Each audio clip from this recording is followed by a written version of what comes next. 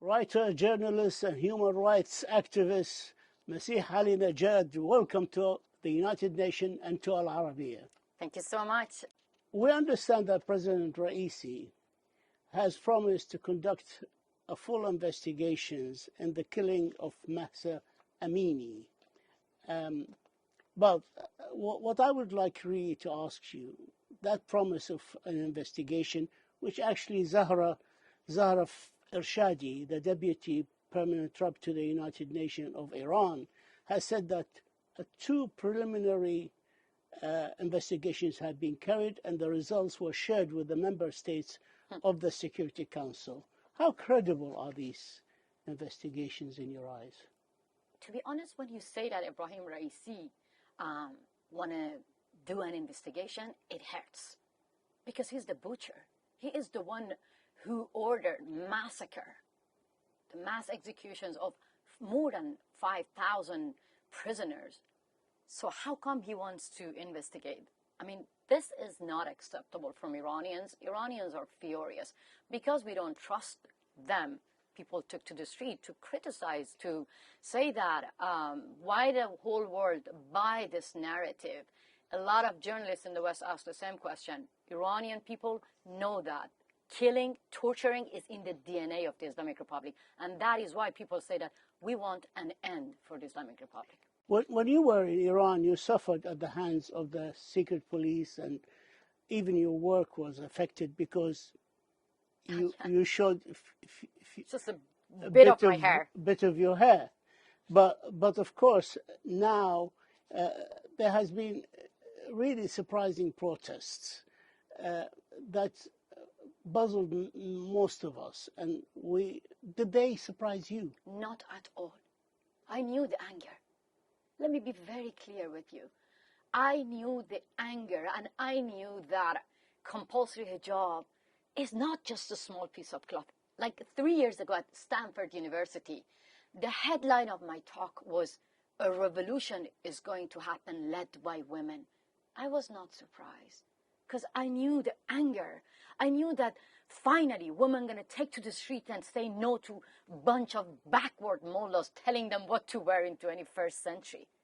But I have to say that the brutal death of Mahsa Amini, because she was an innocent girl, she was not part of any demonstration, she was not even unveiled, that created a huge anger because a lot of people relate to her story. So that actually was phenomenal because it started from Kurdistan and then expanded to other cities. Now everywhere across Iran, people saying that not only no to forced hijab, no to gender apartheid regime.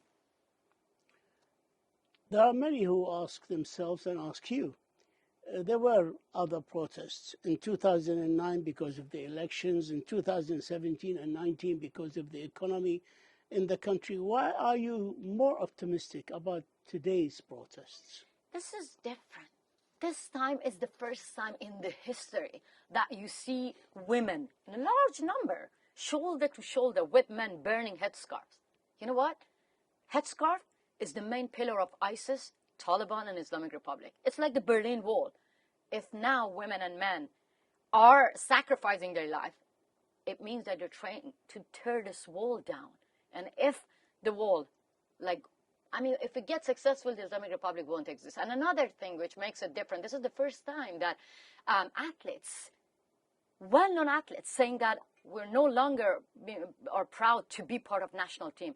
This is the first time that actress saying that we don't want to be part of the regime's propaganda tool.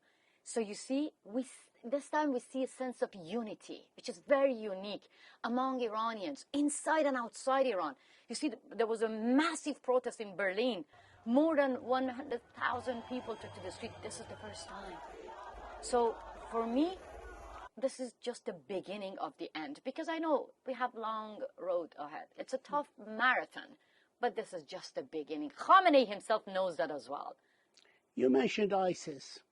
Is it fair for some protesters to compare ISIS with the regime in Iran? Is it a fair comparison? It is. What is different between ISIS and Islamic Republic? You tell me. The only thing is different that the Islamic Republic has a seat here in the United Nations, which is a shame. Islamic Republic exactly like ISIS, behead people, hang people. ISIS take Western people hostage and use them for their own purpose. The Islamic Republic is doing. Right now that I'm talking to you, US citizen, British citizen, Swedish citizen, German citizen, French citizen, they're all like hostages in the hands of the Islamic Republic, being used like bargaining chip. So this is ISIS. The only thing is that, okay, they speak good English at the United Nations, they have parliament, and they can convince the rest of the world that we have election, which is selection. You know, this is not election. To me, Ibrahim Raisi, Khamenei, they are like ISIS. But these protesters now are living with brutal crackdown. Yeah. Gas, tear gas, live ammunition being shot, of course, beating up, Being tortured, raped in prison. killed.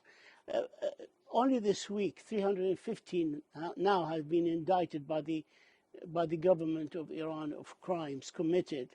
Also, young people losing their lives. The latest you spoke about in your Twitter account, her name is Nigin Abdulmaliki, 21 years old, a medical engineering student. Smart student. Beaten up by truncheons and batons, killed in a very savage way.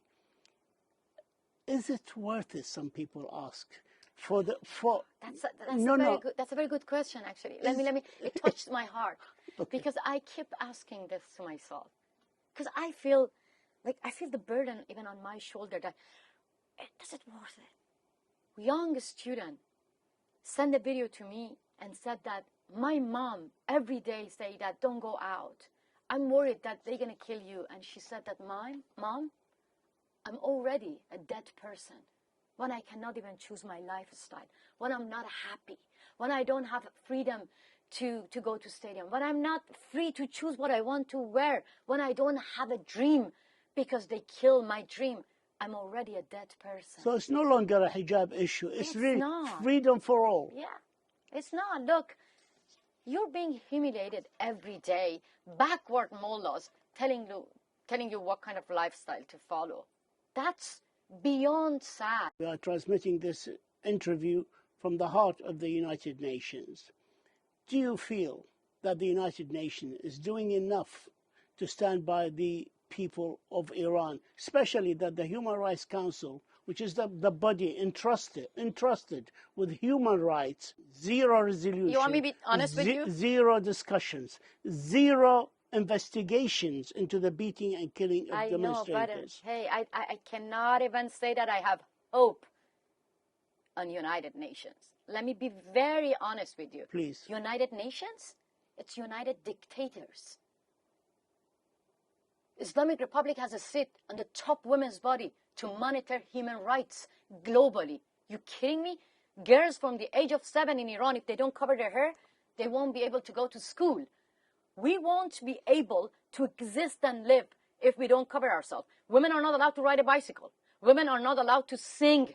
Women are not allowed to go to stadium. Women are not allowed to get a passport without getting permission from their husband. This is the Islamic Republic. And they have a seat here to monitor women's rights globally, and you want me to have a hope United Nations? Not at all.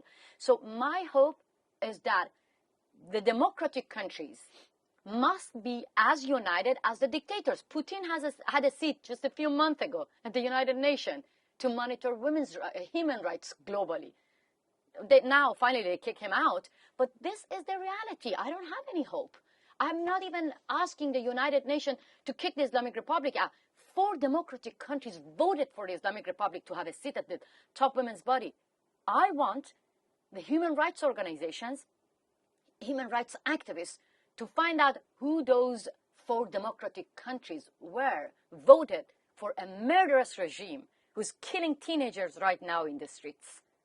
In September, during the UNGA, United Nations General Assembly, President Ibrahim Raisi spoke on behalf of Iran, and he spoke about justice for a long time, repeated it, and he wanted justice for Iran from the world powers.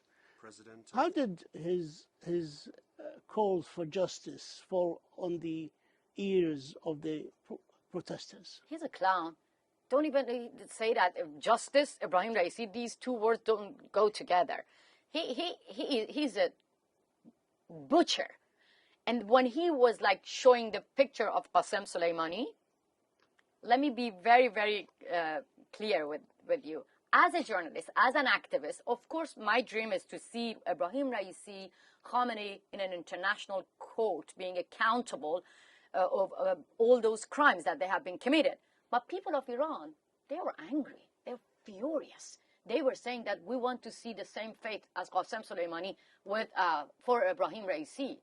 They are fed up seeing Ibrahim Raisi being welcomed. And another thing, look, the U.S. government put the Revolutionary Guards on the terrorist list organizations, yes? But at the same time, the member of Revolutionary Guards have been given visa to be part of Ibrahim Raisi's delegation. This is something we have to talk about. Not me, millions of Iranians asking democratic countries. This is the time. Teenagers are getting killed. Innocent schoolgirls are getting killed.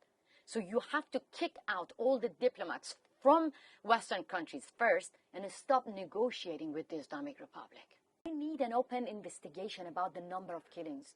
The Iranian regime shut down the internet to prevent the rest of the world about the brutality of the regime, about the number of the killings. In Bloody November, which is now the 3rd anniversary, they killed 1,500 people. The same government were welcomed here at the United Nations. The United Nations should help us to have a accountability mechanism and find out that how many people got killed brutally by the same regime. Millions of people are very, very worried that a massacre gonna happen again and again. You know, in Zahedan, they killed 80 people who were just praying, peacefully praying. They killed 80 people only one day. They even, my God, they killed children. They shoot them from their back. This is called massacre. And I still cannot believe that, look, when George Floyd brutally got killed here in America, what did the free world do? They all got united. They took to the street. They were protesting, rightfully. I mean, but why, when people get killed in Iran, they're just numbers? They're just a statistic? We need an international women's march for Iranian women, for women of Afghanistan, where women of Afghanistan are being kicked out from school just because of being women. Women of Iran are being killed just because of women. But why? Why women around the world are not taking to the streets one day? As an American citizen hailing from Iranian roots, what would you like to see the Biden administrations do? He came out and he said, and I quote him, "We stand with the citizens and brave women of Iran," and also said that they will try to get equipment into Iran to help people get internet access and impose targeted sanctions on the so-called morality police. Is that enough? It's not. Have you ever heard small or single slogan against morality police these days? No. No. People clearly asking Biden administration and the rest of the world take action against the main killers, Khamenei and Ibrahim Raisi. So, of course, I'm seeing a kind of shift. Now they're more tough with the Islamic Republic than before, especially compared to the U.S. envoy, Rob Malley, which makes me angry when I see his tweet saying that Iranian people want reform, Iranian people... Respect. They want respect. What kind of respect? Yeah. It's like, I mean, oh my God, it's like a woman being raped. And at the same time, Rob Malley, as a man telling the woman, hey, oh, okay, you're screaming because now you're asking respect from your rapist. No, this is wrong. So that is now... You don't want respect, you want the regime gone. I want the rapist be gone. Yes. These government are raping people, raping outright, raping teenagers. They're killing teenagers. I don't want Rob Malley tells me that what we want. I want him to understand that Iranian people want regime change. But I understand he apologized for that. That's not acceptable. This is not a mistake. People are getting killed. His policy is a mistake, not his tweet. This is the time. This is the time for Rob Malley to go. The U.S. government might take lesson from what President Obama said recently. Recently, President Obama said that it was a mistake that we didn't support the protesters in 2009. But listen, more than 100 people got killed in 2009. And now you say it's a mistake. Okay, that's good, but it's not enough. It's enough when you say that now we are recognizing Iran revolution. Now we are calling on all the Western allies to get together, get united, and kick out all the diplomats. The Iranian regime now is interfering with the freedom of the internet in Iran. Elon Musk was asked by the White House to manufacture what's so-called Starlink, which requires physical terminals to be set up. They have actually, some of them have arrived. Some have arrived to Iran. But how worried are you about the discovery of these instruments? Because these people are not made to understand the security of them or the use of them. They're not being trained on how to use them, not to be discovered. I mean, and if they discover them, they will just try them as agents of the West. That's why I say that we need stronger actions. Look, let me tell you something now, which is unbelievable happening in 21st century. You remember that the tech companies kicked out President Trump. All the media here, they were celebrating this. You remember that? Now, we have been calling the tech companies, we have been calling the Biden administration to encourage the U.S. tech companies to kick out the dictators. While Khamenei banned 18 million people from using social media, why Khamenei is still enjoying freedom of expression on Twitter, Instagram, Facebook? This is another action, peaceful action that they can take. Imagine a day that all the democratic leaders calling tech companies that do this now. And this is not going to put the lives of Iranian people in danger. You're right. But another thing is, we need the U.S., the leaders of the democratic countries right now to understand that Iranian people are brave enough to bring democracy. We are not asking them to save us. We ask them to stop saving our murderers regime. And to stop legitimizing them. To stop legitimizing the regime. That's all we need. And now oil workers called for national strike. Teachers, university professors, they came out. Today, all the doctors came out. They're all supporting the massive protest inside Iran. So we need the democratic countries to find a way to help these people because they need money to survive. And we don't know how to help them. But the democratic countries can't find a way to support them, to survive. It's beyond sad that they're focusing on nuclear deal and the money, billions of dollars, are going to go to the same government that President Biden, actually, you read their statement condemning that. How come? I don't get this contradiction. You're condemning that, but at the same time, the focus is get a deal. Because Rob Malley said that the reason now it's being a little bit delayed, it's not because of people are getting killed. It's because Iranian government is not ready. That's beyond sad. I understand that you would like to see Iran kicked out of the World Football Championship in Qatar, and that you are cooperating with a Spanish law firm. And many Iranian athletes. And many Iranian athletes to achieve that. Have you heard any response from FIFA? So far, no, but they are doing their investigation. But I want to actually use the opportunity to ask another question from the Western feminists, all women around the world. Imagine it was not Iran. It was like French women, Swedish women, German women, women in the United States of America being banned from entering a stadium. What would have been the reaction of people? This is racism. They see that racism is alive and kicking. Yeah, because they say, okay, women of Iran, if they are not allowed to go to a stadium, it's okay. No, it's not. That's why I call on FIFA to take action, because we deserve to have the same freedom as well. There are some Iranians who say that you are inciting the women of Iran to protest and to throw the hijab, and that while you are living in the West and enjoying the freedoms of enjoying the kidnapping plot, enjoying the assassination plot.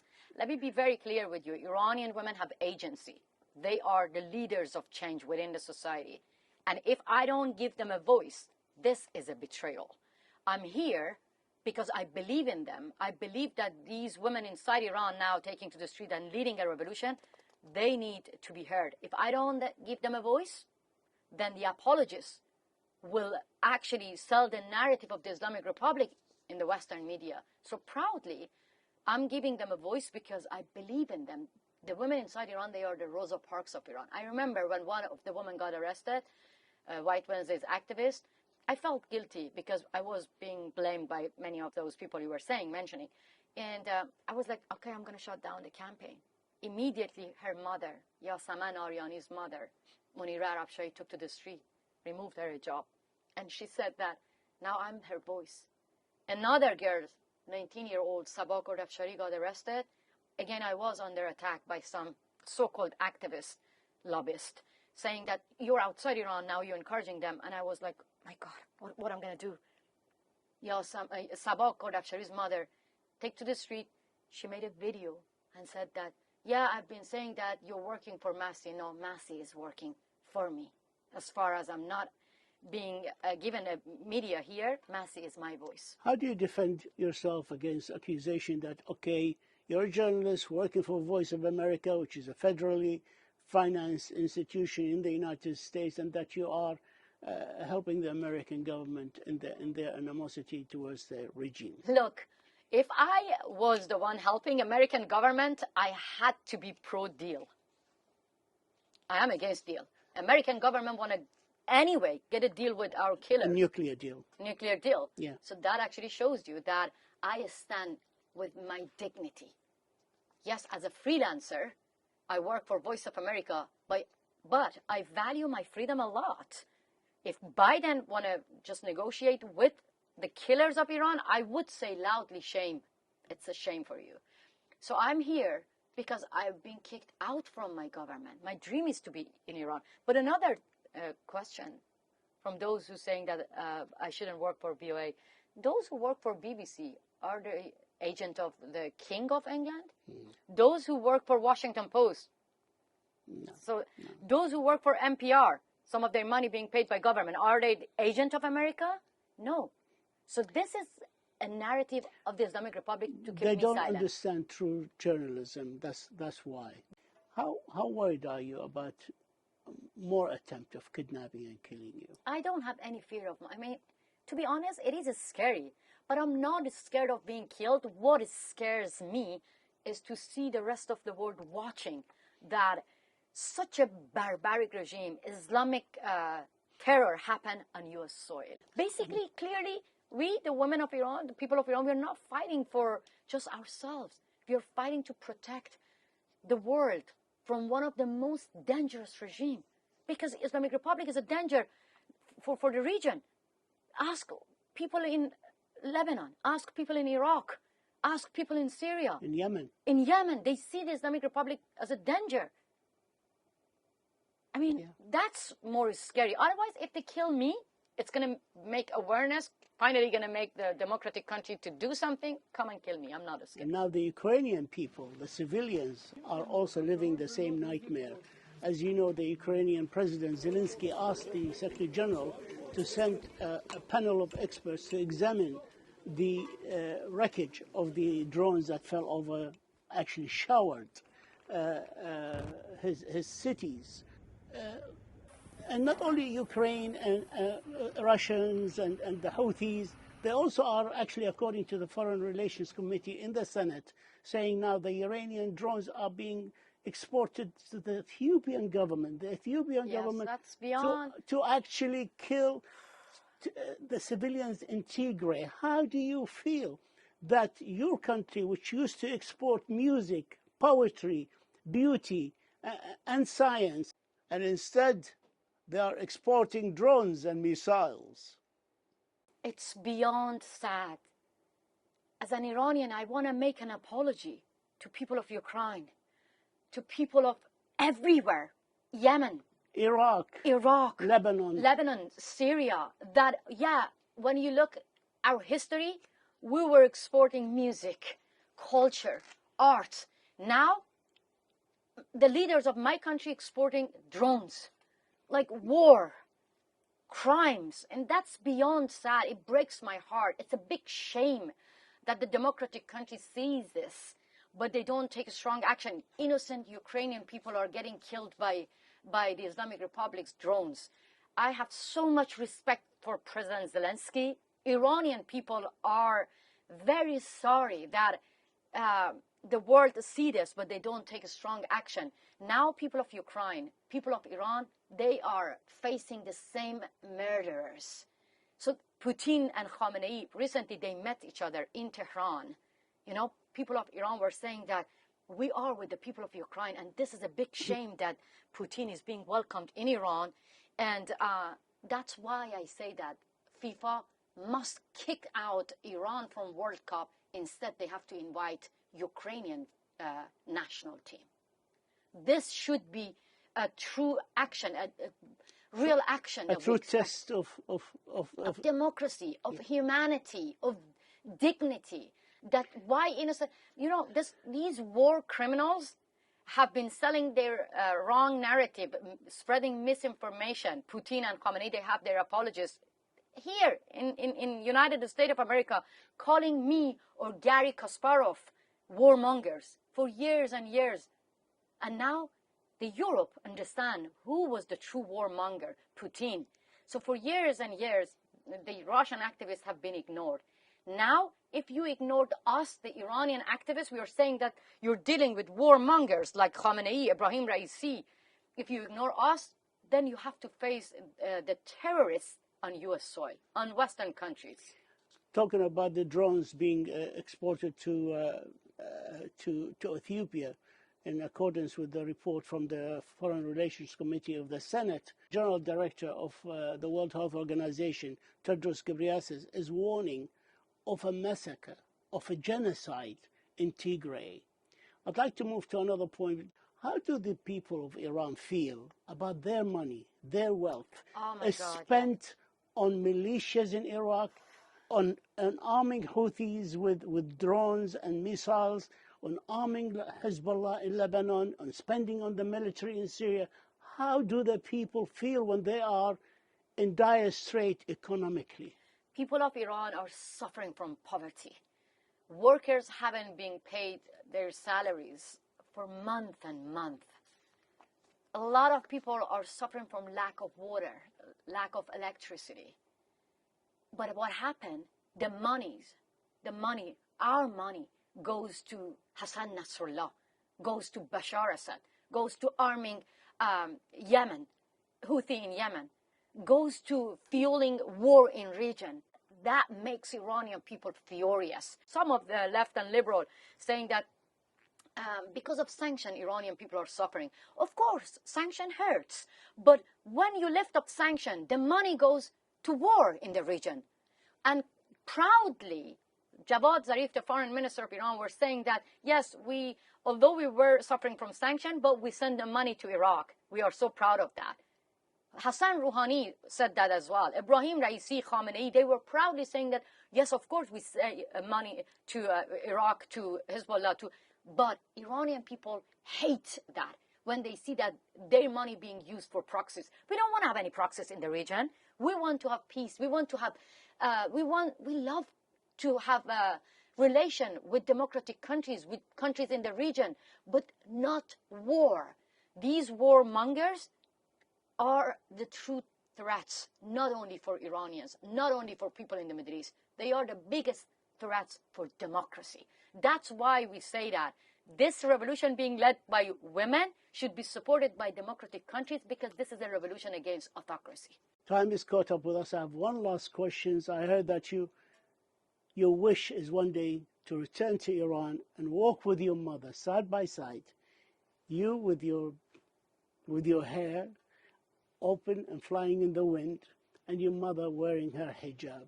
Do you think that day will come? I'm sorry. I am sorry. No, when you said your mom wears hijab, for years and years, I have been accused here, even in America, by Ilhan Omar, the Muslim congresswoman, saying that I cause Islamophobia, I'm against Muslim. My mom is a Muslim woman. I'm not against her. I'm even fighting for my mother. to have dignity. And my dream is to hug her. I haven't hugged her for 13 years. For 13 years, I even planted a tree after my mom's name in my garden in Brooklyn. And now, because of the kidnapping plot, because the FBI arrested a man with a loaded gun in front of my garden in Brooklyn, I'm being away from the tree as well. So, but I'm not a criminal. Yes, my dream comes true. It's not my dream. We, the Iranians, have a dream to get rid of this religious dictatorship and have a secular democratic country where people with their own hijab, without hijab, Muslim people, Christians, Jews, everyone can walk shoulder to shoulder freely with dignity and freedom. That's my dream. Do you think it's going to happen? Of course. Because of that, the mullahs are angry with us because they know that we are going to win. And we will win this battle. We don't have guns and bullets. They have guns and bullets, but we are more powerful. Our words and voice are more powerful than their weapon. We will win. And I'm going to invite you to come to Iran. Masih Alinejad, activist, journalist, writer, we thank you for this interview. Thank and you I so wish much you for the having very me on your best show. of luck. Thank you so much. Thank Thank you you for hosting me. Thank you. One day in Iran.